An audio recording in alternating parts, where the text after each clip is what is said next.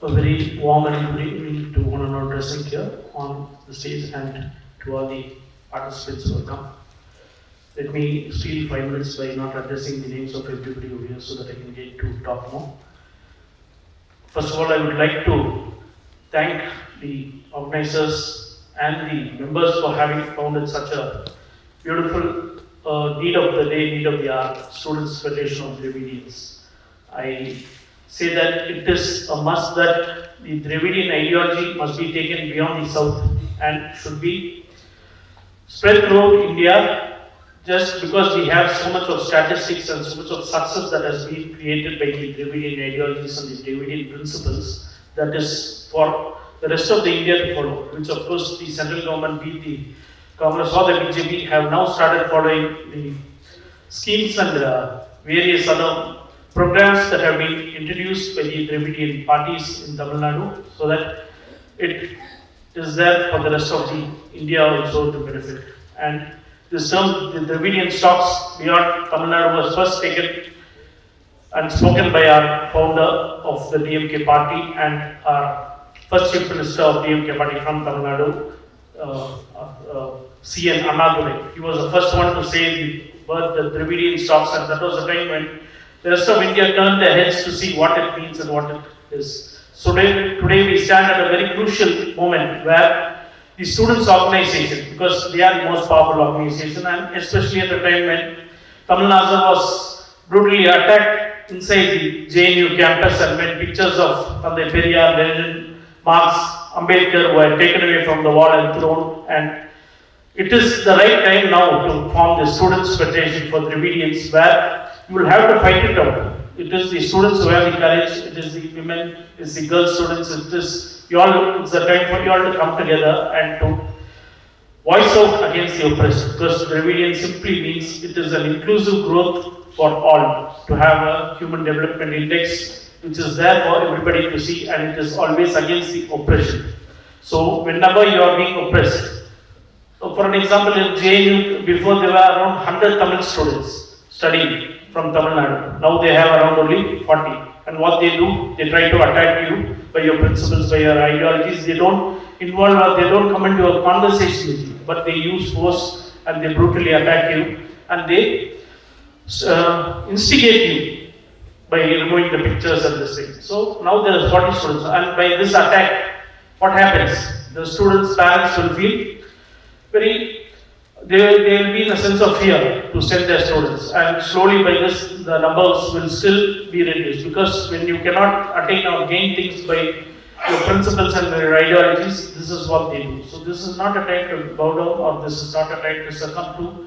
This is a time to fight back with your principles, ideologies, and show them, as one student over here said, that all along I have been living with an identity of a scheduled caste or a scheduled tribe for this thing. And when I try to come into limelight and when I come into success, still they sideline me and this thing. So the best way to give it back to them is you kill them with your success, you kill them with your smile, you kill them with your, show them that you can. So the only way to do it is by education. Only if you are educated, because education is the only thing which can stand with you till your death.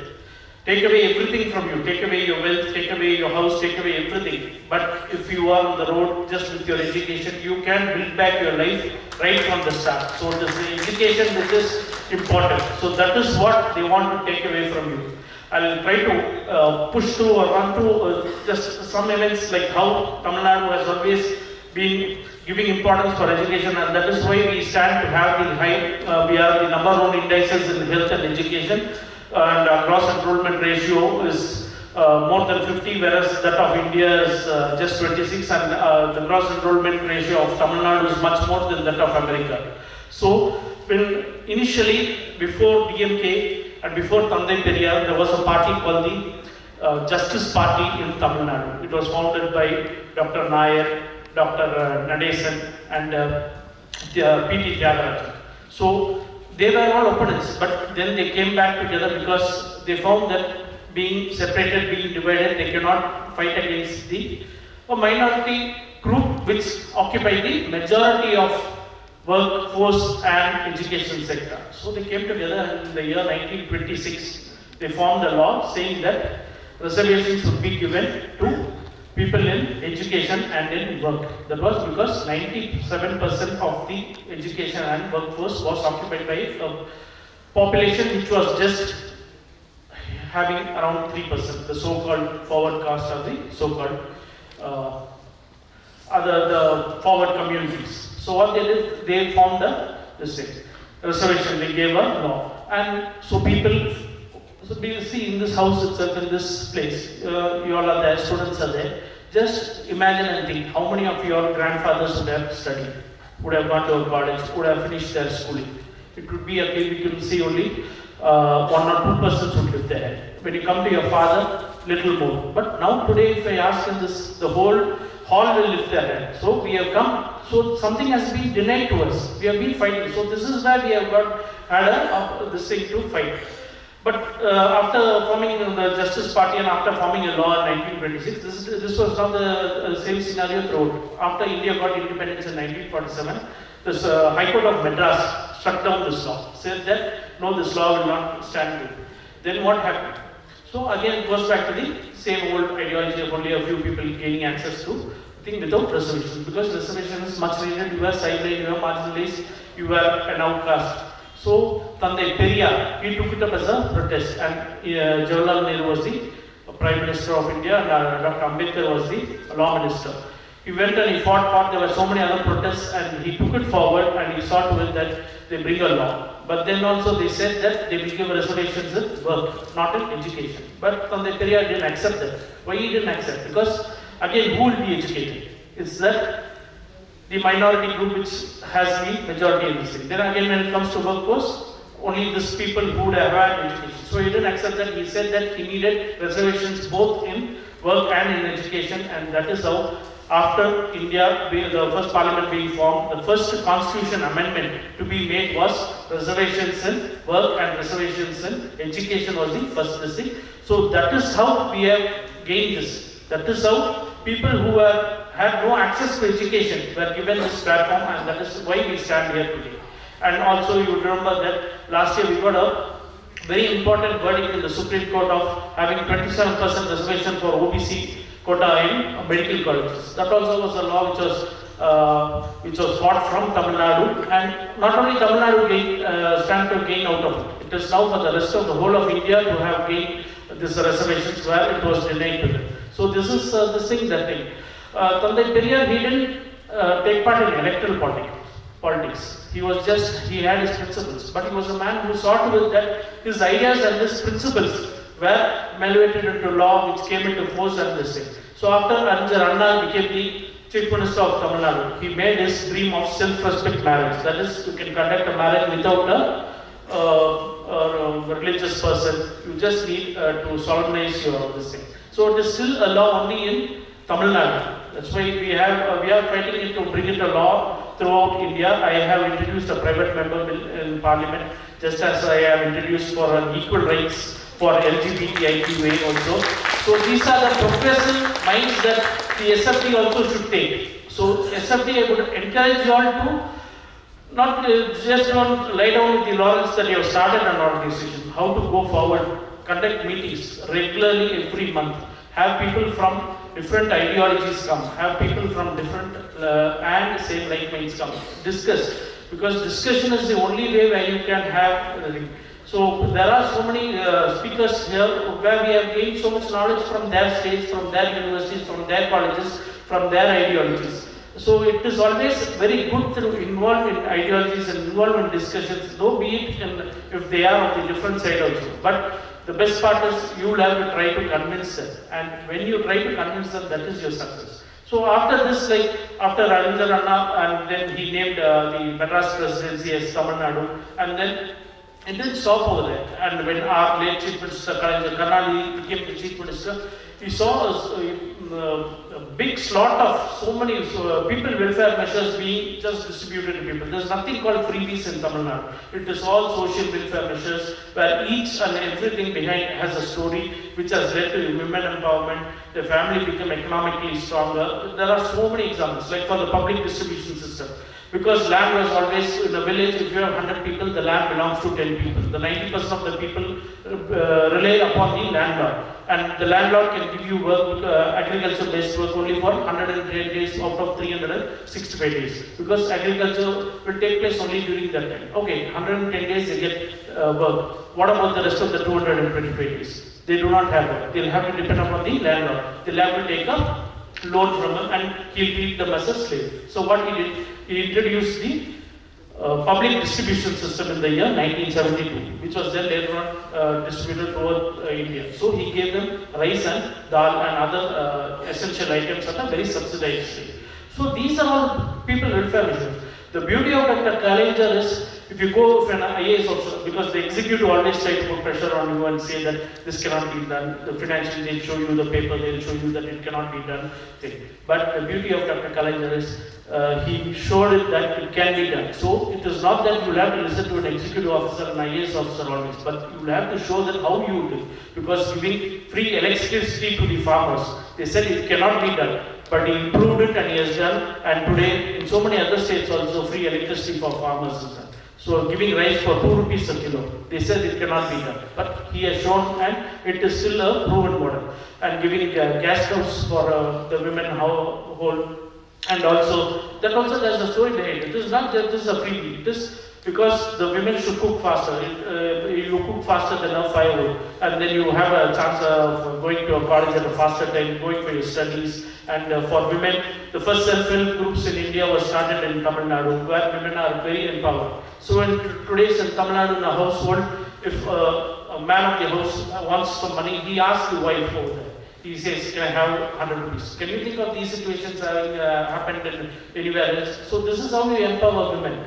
And also having the equal rights to your property, that law, that was passed in the year 1989. So when did it become a law in India? In Supreme Court passed the law in 2005. So much years you are, that is, if an equal right is given for a woman, she has the right to study, she has the right to education, she has the right to speak up against any atrocity against her husband or in-laws. So she is financially secure and this. So that is how the women have always been empowered. That is how they, and we don't stop with that. Now we have got some few innovative schemes that like for a free bus for the women. That is, you save around how much? 1,300 to 1,800 a women saves just by taking this free bus for women. So that is there. And a scheme that which is nowhere in the world and which will be just, it will be like a women empowerment scheme where students from 6th to 12th standard, if you study in a government school, if you finish your 6th to 12th in a government school, when you go to your college, throughout your college you will be given ₹1,000 as an incentive throughout for every month. Just imagine the amount of empowerment that the family gets. So these are the various schemes. So after 20 years, when you turn back and see, these women and the state of Tamil Nadu would be in such a great position. So these are the statistics. You take statistics of women who have finished PhDs, Tamil Nadu will stand higher. You take, it will be half more than that of the all India ratio. And these are the schemes where we give importance to women. So this is what we want the Dravidian ideology and the Students' Federation of Dravidians to take forward. And to come last about the very important thing of Dravidian ideology is that is rationalistic thinking. You should ask questions. You should cultivate the habit. Students, parents to your students, teachers to your students, parents to your children, everything. If you start asking questions, if you start thinking rationally, you will become a human being that has so much of value, and people will see you standing out of the crowd.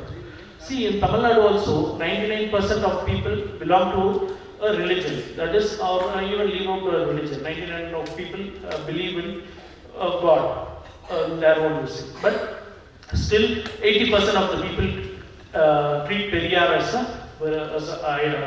as a demigod. Why? Because of this. Though he was an atheist, just you don't have to. Periyar is such a big encyclopedia, and this thing you can take what you want. You don't like something, you have the full freedom to criticize it. So take what is best for you, and that is how we are doing. So rationalist thinking. I'll just give you a few examples for you to think and ponder over. And See, you have somebody where women are taking bath in a pond, okay, and they leave their clothes on the bank of the pond and they take. Somebody comes and takes their clothes and sits on a tree and start teasing them. What do you call that in today's world? Is it not even teasing? Does that person not fit to be going to jail? Can anybody do this? Is this what we do? So start asking, start thinking like that. So that is when you will always listen. And take Ramayana. They say that Rama is saying, and he had to build a bridge to go take his captive wife from Lanka. But who had come to take Sita from Tamil Nadu? It was Ravana. Did Ravana build a bridge to come to Tamil Nadu to take Sita and go? So who's stronger, Raman or Ravana? Without a bridge, he came once, he took Sita and he went back, but then you had to build a bridge to go rescue her. So think like that. And what did he do for that? He suspected his own wife and he asked her to fight, to jump in the fire. Do we accept all these things and this thing? And today when there's a ban of online rummy games and says that governor and the Supreme Court and few of them say that it is a game of skill and it is not a game of chance. Then in Mahabharata, what happened? First of all, 5 men getting married to 1 woman itself, I don't know, it's so nauseating to even think of.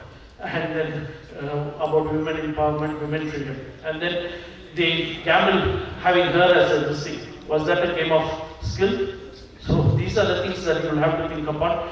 So develop a rationalist thinking. It's not that we are talking about religion, it's just that you develop that and then you will of course stand out. And I would like again to thank the Students Federation of Dravidians to have more speakers, to have to engage people, and we also have one Kalanger Arana based on DMK in Deen Dayal Road. So that also we can ask our party president and leader and our chief minister, M.K. Stalin, to utilize this thing for having a discussion upon and for you all to have your regular meetings. So again, I would like to thank everybody and would address everybody to live in a harmonious world where we can, there is always a coexistence of everybody of different ideologies and peacefully. Thank you.